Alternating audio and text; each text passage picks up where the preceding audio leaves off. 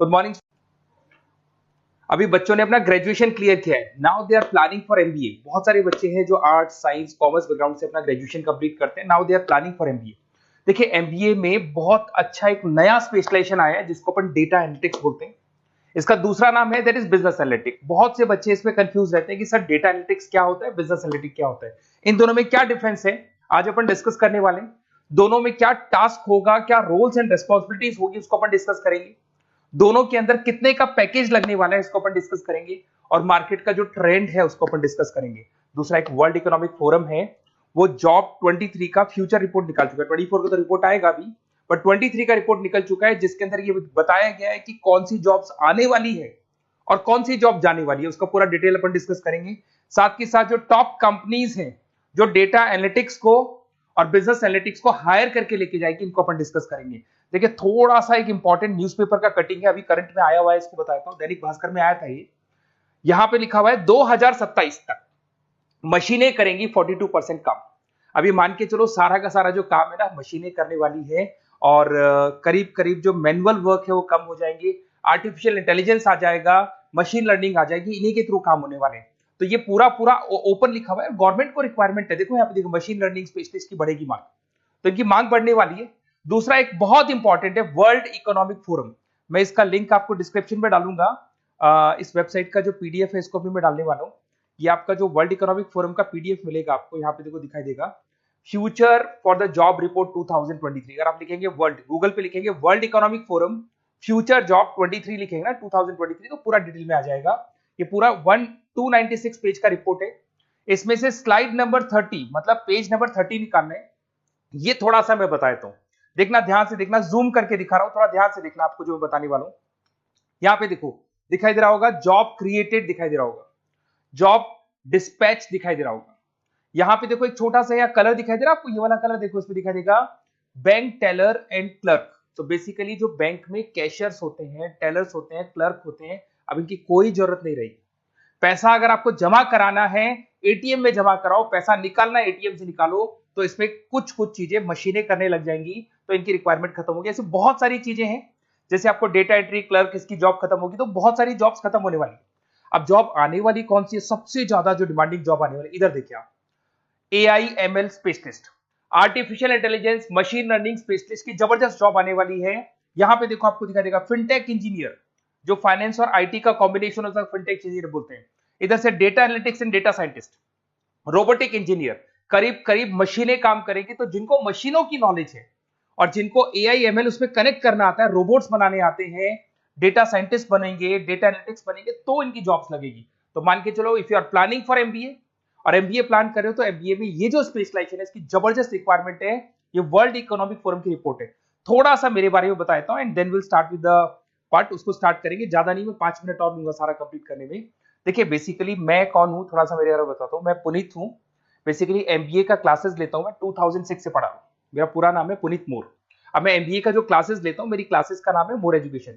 यहाँ पे आपको तीनों मोड पे क्लासेस मिलेगी, ऑनलाइन, ऑफलाइन, रिकॉर्डेड।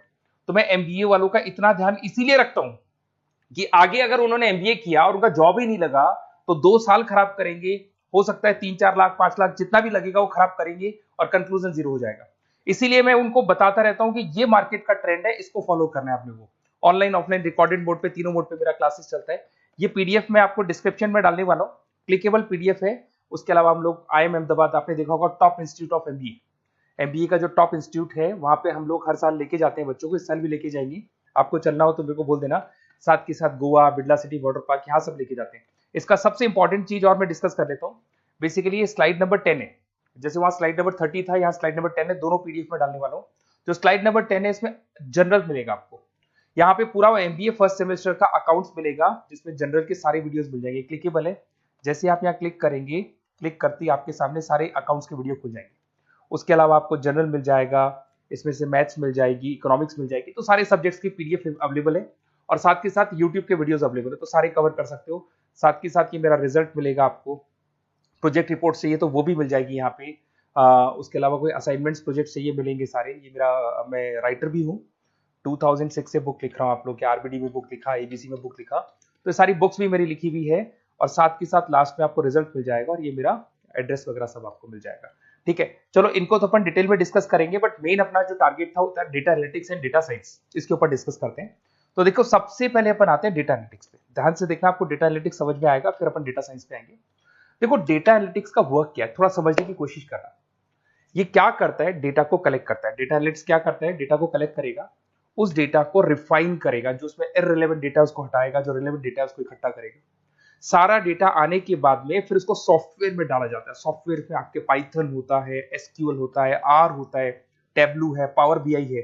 जब ये सॉफ्टवेयर में वो डेटा जाता है तो यहाँ पे एआई लगेगा, आर्टिफिशियल इंटेलिजेंस लगेगा, मशीन लर्निंग लगेगा, और लग के वो पूरा का पूरा एक पैटर्न डिजाइन करेगा, जिसको बोलते हैं डिस्कवरिंग अ पैटर्न। ये बताएगा कि कंपनी का सेल क्या चल रहा है, पुराने 10 सालों का रिकॉर्ड निकाला, कंपनी का प्रॉफिट क्या है, कंपनी में क्या प्रॉब्लम्स है, कंपनी में क्या चल रहा है, क्या नहीं चल रहा है, आगे क्या करना है, उसका एक आइडिया लगाएगा।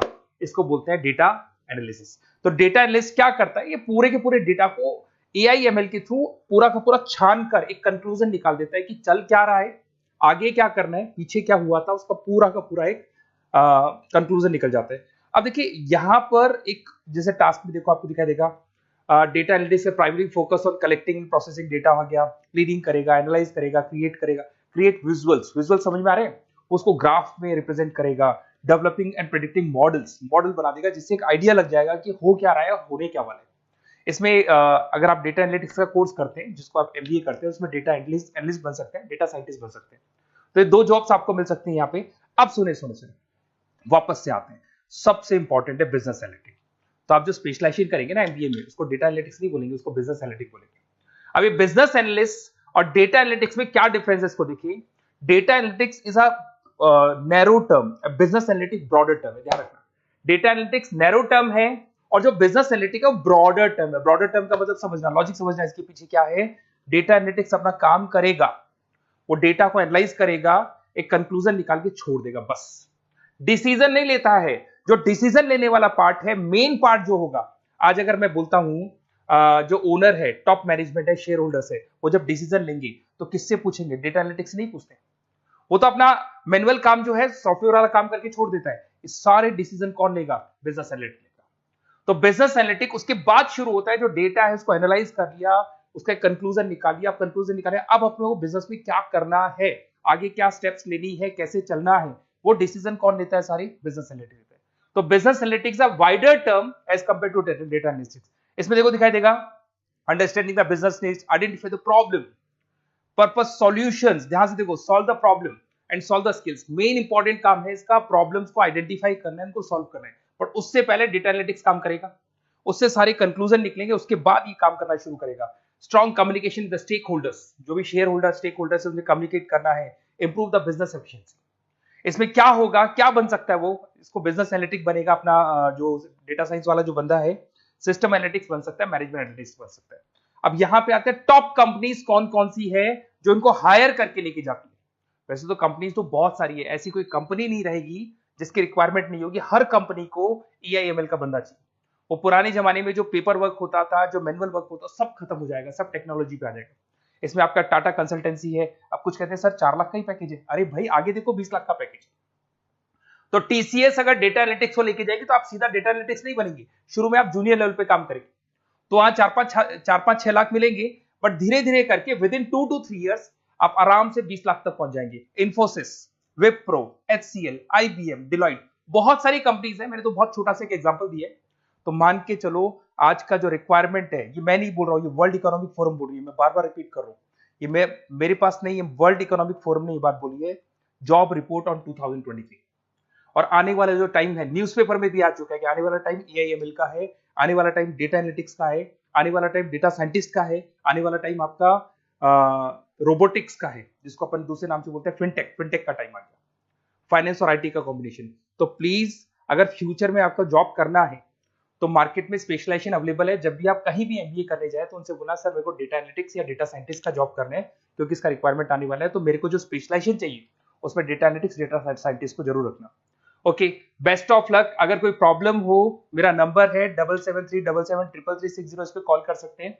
और अगर आपको किसी कॉलेज से रिलेटेड रिपोर्ट चाहिए, ये कॉलेज कैसा है, एमबीए करवाएगा कि नहीं करवाएगा, ये वाला स्पेशलाइजेशन अवेलेबल है कि नहीं है, आप मेरे को कॉल कर सकते हैं। और साथ ही साथ बेसिकली कोई क्लासेस लेनी हो एमबीए की तो अवेलेबल हूं मैं, और एमबीए की सारी क्लासेस आपको मिल जाएंगी, सारे नोट्स मिल जाएंगे, सारे वीडियोस मिल जाएंगे। कॉलेज से रिलेटेड इन्फॉर्मेशन चाहिए, एडमिशन से रिलेटेड चाहिए, वो भी सब मिल जाएगा। Okay, best of luck.